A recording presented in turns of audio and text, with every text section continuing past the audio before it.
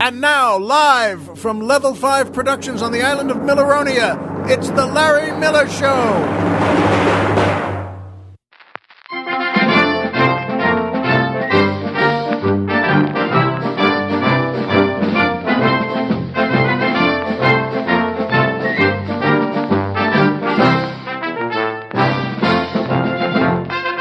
Good evening, Mr. and Mrs. America, and everyone who loves a good Thanksgiving.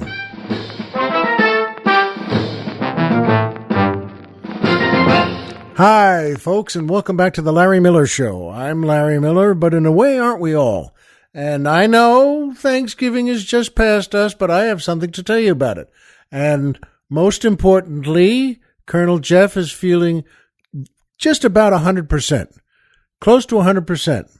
And much better than he was, but I'll tell you about that later. We're not on Milleronia today. We were there for Thanksgiving, but I'll tell you what, it's good to be back on the mainland. It's good to be home. That's something that we can all always say and always mean. It's, you know what, folks? It's good to be home. That music makes me feel so good as always. Of course, that's the Hugh Griffith Orchestra and the Eva Marie Saint Dancers, featuring boy tenor Gary Ryan asking the musical question, if you live in a trailer park, what exactly is the 6th level of drinking?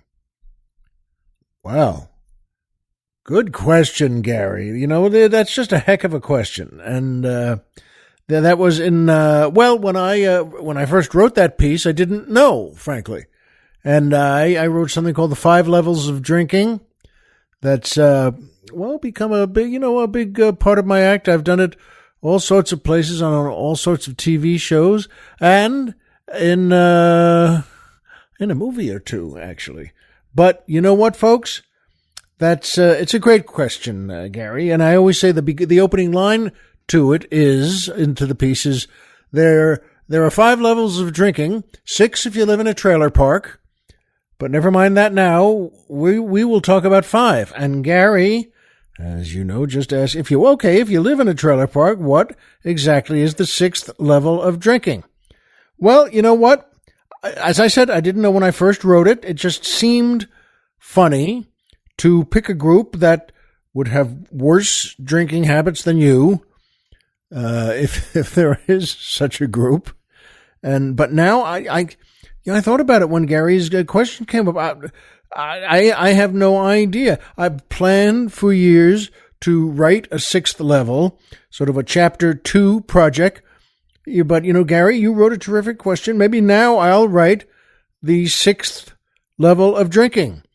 And I looked at Colonel Jeff and said, what do you think of that? And so that, the ideas came up, instead of a car being up on blocks, you're up on blocks the next day, the day after. And I think that's pretty funny. And your girlfriend, who lived with you in your single wide for 3 years, left and moved in with a guy a few spots away who lives in a double wide. Whatever those are. I guess a single wide is, not wide, and a double wide is wide. But you know what? That's... And then Colonel Jeff mentioned something he remembered from his grandfather, who used to say, boy, I was so hungover, I saw a big tornado coming at me, and I was afraid it wouldn't take me, and it would just leave me there. And I think that's pretty good. But you know what? Thank you, Gary. It means a lot. And those first 5 levels were pretty wild on their own. But thanks, Gary. Let's see what happens now that I'm stirred. Thanks to you. And by PayPal. Boy, this is such a good group, folks. PayPal, as you know, if you work with them, you think you're saving the world, and who knows, maybe you are. And PayPal really, they do a lot of great work. And if, for instance, if you enjoy my show, and why wouldn't you, and you'd like to send a few bucks here to help out, and why wouldn't you? You can do it through PayPal. And instead of saying, this is just, it's just me, instead of saying donate or pay what you like. I always like to say, buy us some drinks, because you know what? I think that's a better way to do it. There are different levels 1 through 5, all the way up to... We're driving to Florida!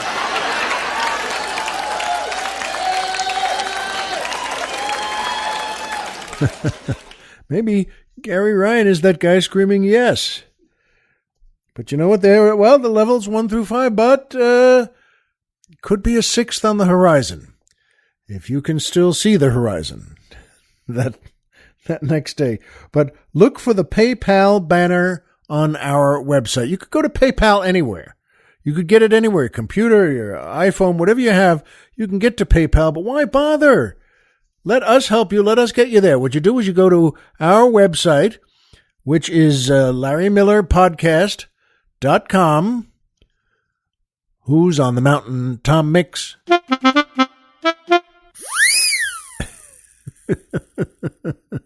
I love that one.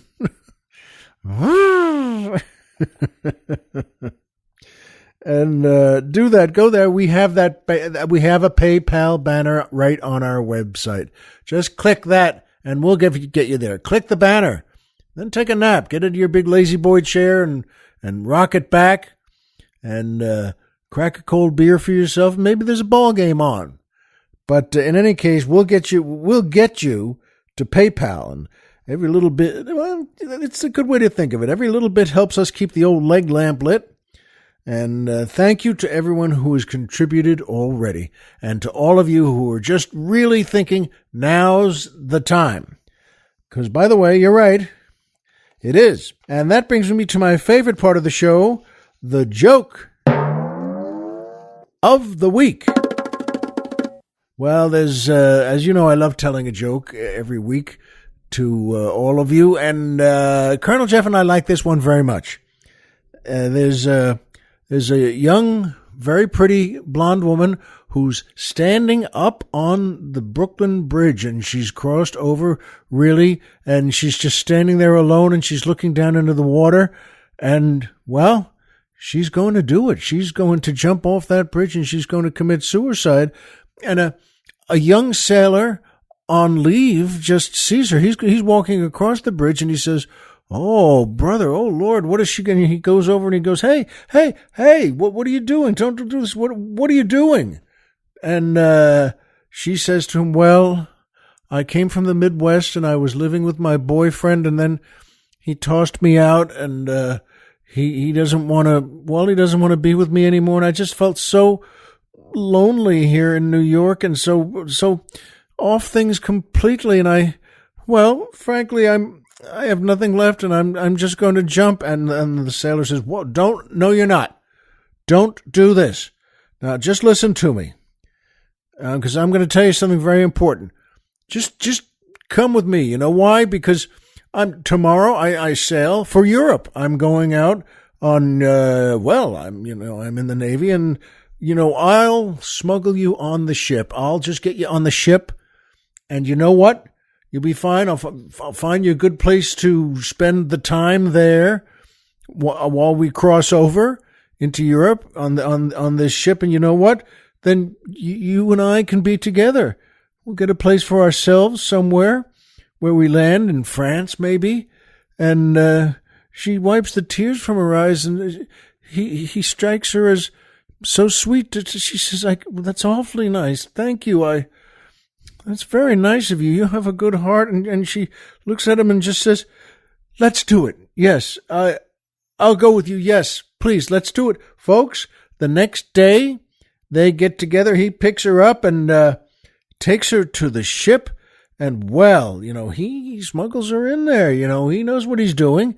And he gets her into the hold area there where they have all sorts of things, all sorts of equipment for everyone else. And he hides her in a raft, a sort of life raft. Oh, you've seen them in all sorts of movies. And he hides her in there. It's all blown up, and she can sleep there. So he puts her in that raft, and they smile at each other. And then, their eyes meet, and love hits. And they kiss, and then they look at each other again, and then they kiss again, and then they make love. They make sweet love. And there it starts. That's love, folks. And he wants to make sure she's all right because, folks, they're in love. And he comes down every night with that food and they look at each other again and they kiss and they make love again. And it's great for both of them every single night. And, well, one time during the day, the captain of the ship comes down and he's checking things and he's got a clipboard there and he's looking around and he sees this young woman in the life raft there, in the lifeboat. And he walks over and he says, who are you? What are you doing down here? You're not supposed to be here. And she says, and she decides to be honest. And she says, look, Captain, I met a sailor here. And to be honest, I was going to kill myself. And I was going to jump off the Brooklyn Bridge. And he saved me. He said, I can take you. I'm shipping out tomorrow. And he said, we'll go to Europe together and we can start a life there and have a home there. Just you and me. And so that's what I'm doing. And the captain looks at her and says, ma'am, this is the Staten Island ferry. The colonel and I thought that was pretty good. Boy, that fella, well, he might have wanted to save her life, but that's not the nicest way to do it. But he did save her life, and who knows, maybe their love is real.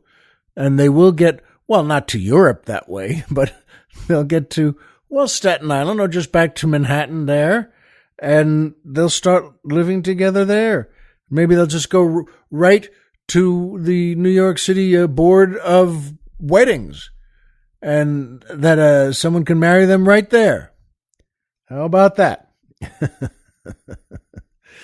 Anyway, that's a pretty good one. If you do too, please tell it to your friends and loved ones.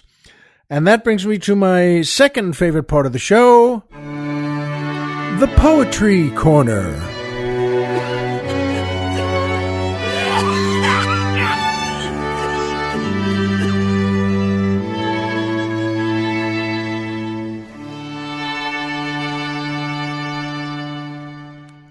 That's always a beautiful piece there, and it's a great string quartet. Folks, the Colonel and I like this poem very much. It's called A Golden Day by Paul Laurence Dunbar. Paul was an American poet and lived from 1872 to 1906. Not a long life, but he was born in Dayton, Ohio, to parents who had escaped slavery. He went on to an all-white high school and became the editor of the school newspaper and class president and the president of the school's literary society. Now, get this. His first published work was in a newspaper put out by two of his good high school friends, and their names were Wilbur and Orville Wright. Isn't that something? That's another one of those, well, how do you like that? And Paul would wind up writing dozens of books on poetry, 4 books of short stories, 5 novels, and a play. He wrote the lyrics for Indahomey, which was the first musical written and performed by African Americans to appear on Broadway. So this was quite a man. I wish he had lived longer. So this is A Golden Day by Paul Laurence Dunbar.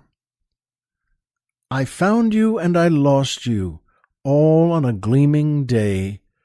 The day was filled with sunshine and the land was full of May. A golden bird was singing its melody divine. I found you and I loved you, and all the world was mine. I found you and I lost you, all on a golden day. But when I dream of you, dear, it's always brimming May. Isn't that nice?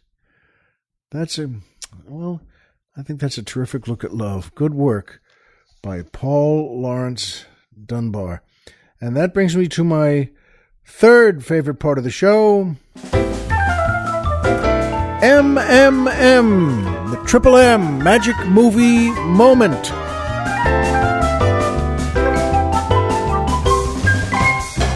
Oh, folks, this is a wonderful movie, and this is why I mentioned the great Hugh Griffith and the great Eva Marie Saint there in the opening, because they were both in this movie, and what a cast it has. The movie is called Exodus, from 1960, directed by Otto Preminger, starring Paul Newman, Eva Marie Saint, Lee J. Cobb, Hugh Griffith, Sal Mineo, David Opatoshu, Ralph Richardson, and John Derek, so many others. But John Derek was not only a fine actor, but his wife, a few years later, took his name, and she, of course, was Bo Derek. Isn't that neat? He was, he was a handsome actor, and he apparently used it. But you know what, folks? It's a great movie. It's from the book by Leon Uris, and there's a magic movie moment in it, many of them to me, but it's near the end where Paul Newman and Sal Mineo are preparing for an attack, and they discover Paul's good friend Taha, who was an Arab young man there, and he didn't know he was being pressed, he was being recruited by the other Arab groups to fight against the new state of Israel.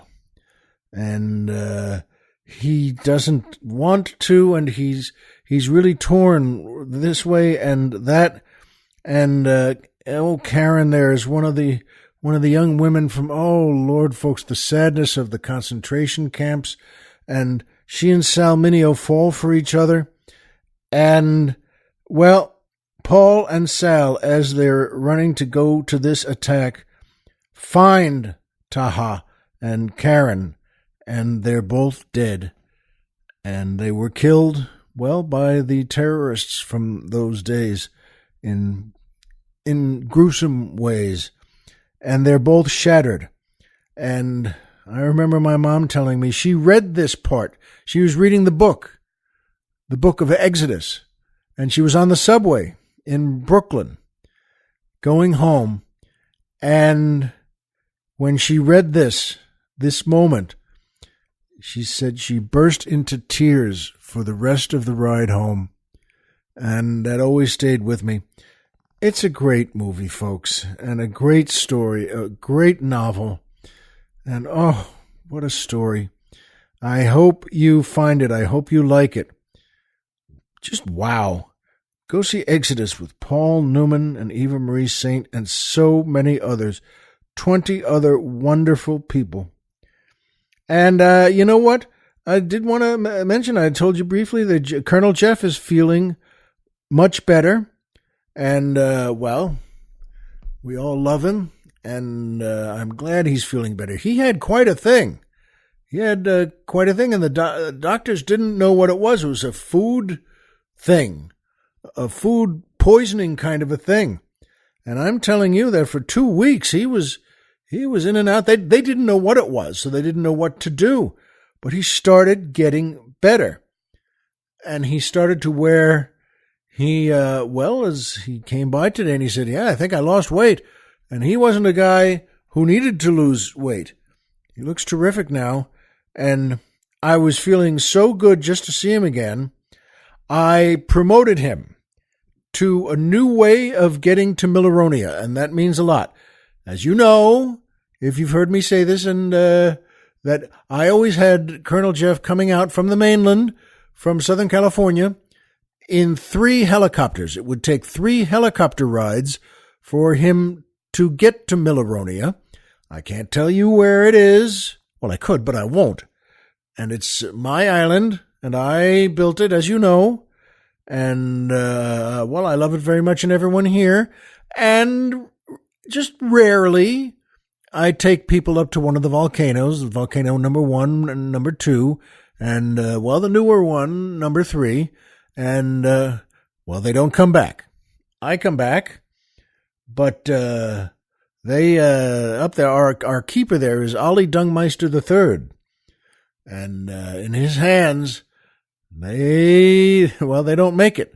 He tosses them in just like a bag of potatoes. And, but Colonel Jeff deserves a fond well, a reward, a hello. So I promoted him, not in rank. I thought about making him a general, but he's a great colonel. And I promoted him to a better plane to go back and forth from Southern California to Milleronia. And that's going to be, well, a brand new James Bond plane, the ones he used to have in those movies, like Goldfinger.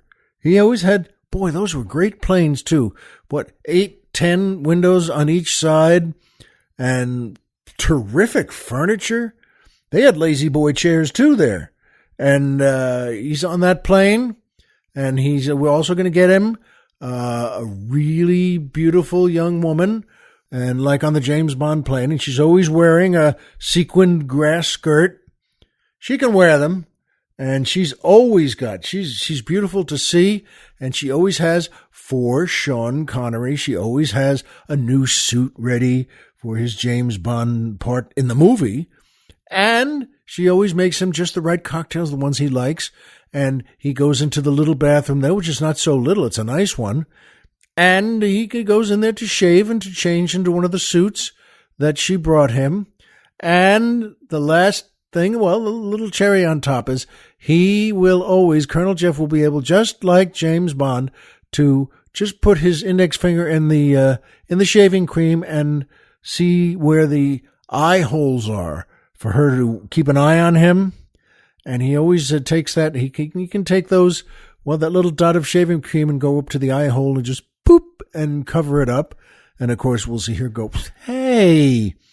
So he'll cover up 3 or 4 of those eye holes, then come out looking great in one of those great suits, and he'll have another one of those cocktails that she brings him. So anyway, that's Colonel Jeff's new promotion, and he deserves it. And I hope he's never sick again, and I hope you're never sick again, too. But you know what? Welcome back to Colonel Jeff. And he, by the way, he had, thank God, he had a good Thanksgiving, too, and we had a wonderful one here. My wife made a great event, a great affair. It was 10 people here. That was my wife and our younger son and me. Our older son, the Marine, he's off on duty. He's deployed, a place I can't tell you. And so it was my wife and our younger son and me, and my wife's sister, Aunt Helen. Well, we always call her Aunt Helen, but it's Helen. Oh, and I love her. She's just great. It's a great family. Those 2 sisters are terrific. And Aunt Helen and her son, little Robert, who's not so little. That's another one of those cases where little Robert, wow, he's like 6'2", 6'3", tough as nails, and lived in Argentina for a while, but he's come back now to the States. And Helen, by the way, makes fabulous pies every year. My wife cooks up a storm, makes the greatest Thanksgiving you've ever been to. But Aunt Helen, by the way, is in charge of some desserts where she makes 2 pies every year, and they're great. One pecan pie, or pecan pie. What's the official way? I guess I call it pecan. Who knows? I call it great. 1 pecan pie and 1 apple pie. And folks, these are big and amazing. And the stuff my wife made, you know what? She set it up as a buffet on the counter in our kitchen there. There were 10 of us. Her friend Susie was there because Susie's son was with her ex-husband for the day. And Susie brought a friend of hers and her friend brought her son. And, it's, what a day. It was so nice. My wife, I'm not kidding you, made a great event, and the food was unbelievable. My wife made the greatest turkey you've ever had, and all the side dishes. By the way, she had in bowls, big bowls, set up 4 or 5 side dishes with big spoons in them, and so you go down there as a buffet, and you just pass every platter and every bowl, every big thing, and so Susie's friend and I were going down the line together, and she said to me as we're going down, "Oh, what's this one? Do you know what this one is?" And well, to be honest, I looked at her and I just said, "What do you care? I mean, I said, you know what? It's Thanksgiving. You're not supposed to know what it is. It doesn't matter what it is. You know what it is? My wife made it, and it's great. And so glop some down on your plate there. Move to the next one. Glop that down on the plate too, and you'll see. You just dig in when you get back to the table. Whew. It was wonderful. We had you know what? In fact, we had a 3:00 call for everyone to get to the house and a 4 or 4:30 meal time, and it went really well. You know, you don't always have a Thanksgiving that great. The food was fabulous, and the people are wonderful. We're really close to them. My wife and me and our younger son and her sister Helen and her son, and her husband couldn't make it, and you know, folks, and the whole thing went well, and it was all done by 9, which is great, because just by the time your family and friends are thinking of leaving, you're thinking of saying, you know what, time to get out, let's go.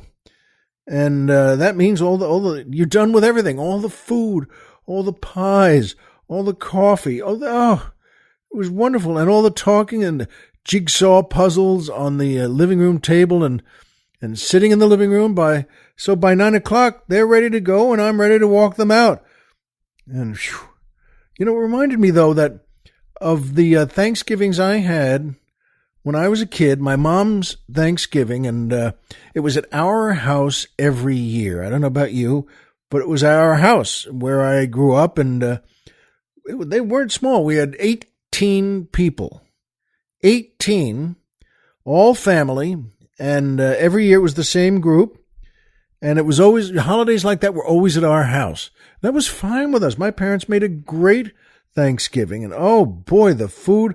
But let's see, the cast there, so to speak, it was me and my parents and my sister, and my dad's mom, my grandmother, and her sister Etty, who, remember, delivered my father and his twin sister when they were born on the kitchen table in Brooklyn in their 6th floor walk-up apartment. And you know what? They weren't poor. They didn't have much, but that's the way people did things sometimes. Well, why didn't you go to the hospital? Well, they planned to go to the hospital. You walk down 6 flights when you're about to give birth. And so, you know what, though? They're always together. And Etty always said, well, God bless her, we loved her and all, but she always had little things to say like, oh, what a lovely dress. Does it come in small sizes? And that's the kind of thing. What do you say to that? What's the proper answer? You just sit there for another 4 seconds until somebody else says something. My mother's brothers, my Uncle Arnie, Uncle Harry, Uncle Morris, and his family, a wife and 3 kids, and Aunt Arlene, my father's twin sister, and her husband, Uncle Joe, and their 3 kids, Susan, Ellen, and Karen. And I'm just mentioning them also because they, Arlene and Joe and their kids, lived in Lower Manhattan, and they'd come out, of course, every year for Thanksgiving, for everything, because things were always at our house. Folks, every single year, the 5 of them were always late. And I mean late. They lived in New York in the city, and Uncle Joe could never remember the way and was too cranky to stop and ask for directions. So if my mom told them to be at the house by 3, they were there every year at exactly 5. That's the way it was. And you know what? They came in, and we all knew it. No one ever got mad because, well, that's Aunt Arlene and Uncle Joe, and they'll get here with the kids. They'll get there every single year. Starts at 3, they got there at 5. And 2 hours late, not surprisingly, when they rang the bell, I would always kind of run and just, I'll get it, answer the door. And my parents were there too, and would open that door. Not surprisingly, there wasn't a smile on those 5 faces the whole day. You can't really have a trip like that. Nobody said anything, and they were all, I loved them all. They were great. But Uncle Joe always had this look on his face. And finally, nothing was said. Nothing was ever said until finally, at the table, sort of halfway through the meal, Arlene would turn to her mom, my grandmother, and just say, he won't ask for directions. I always tell him, Joe, stop and ask for directions, but it just makes him mad. Now, of course, Uncle Joe was at that second staring daggers at her the whole time as he chewed his huge mouthful of food. And we had a kids' table. No one minded that. I didn't. Hey, we were kids, and that was a table for us, and we could mess ourselves up and laugh, and that's a pretty good holiday right there. And my mom, speaking of a great meal, whoa, she made a heck of a meal every year. A big turkey and a big brisket. Now, I don't know why we needed a brisket, but she made one every year. And boy, they were great. Brought out onto the table there. My father would bring things out. And my mom did the whole thing. She didn't have, nobody helped her and didn't have a caterer or anything, but she could do it. She could handle it. She was like my wife with this last Thanksgiving. Did the whole thing. And so my mom, turkey and brisket and mashed potatoes and baked potatoes and sweet potatoes. There were a lot of potatoes. And every year, the sweet potatoes, by the way, were in a big glass lasagna pan. That's how big it was, with big marshmallows on top, and the whole thing was baked. And every year it looked fabulous to me. I thought that was the greatest looking thing in the world, and every year I hated it. I don't know why. I'd always forget and just get suckered in again. Boy, that looks great. Maybe it'll be great this year. But, and by the way, we also had vegetables, and I don't remember anyone ever eating them. I don't know why. Maybe you did the same thing. And when you were a kid, I think everyone thought, well, it's Thanksgiving. What are we doing here? We don't need string beans, we eat those all week. And we don't need sliced carrots. We eat those also all week. And, did anyone bring Brussels sprouts? Why? But that's all right. It's Thanksgiving. Who needs vegetables? And you know what? My wife and my mom made a great meal. It was really something. I keep remembering, by the way, I'd like to know. My wife made a great stuffing, and I somehow something in me wants some kind of old-fashioned traditional stuffing. And Colonel Jeff said to me, "What was in it?" I said, "I don't know. I don't know. It didn't have big things. It didn't have hunks of thing in it. But boy, oh boy, I just remember something. One of these years, and but this one was great. I hope you had a good one. I hope you had a terrific one. Colonel Jeff went to where he was invited to. And you know what? And this is still when he was sick and he was coming out of it. And he had some good food. And he said, by the way, with the stuffing, they were looking to get rid of things, to have people take them home. And they were trying to get rid of their stuffing. And Colonel Jeff said, if you're looking, look no further than right here. And he did. And that helped him also get his machine back, get his machine going again. Folks, I hope your machines are fine. And I know it's another thing I know and you know, but you and I will always be the same. We know the same things. Homer is Homer and Pluto is a planet. And so remember, folks, as always, if you walked out of bed today and had a job to go to and a home to come back to and someone there who cares, folks, game's over and you've won. And Thanksgiving is a better time to think about that than any other day. Be thankful for that. We'll see you here next time.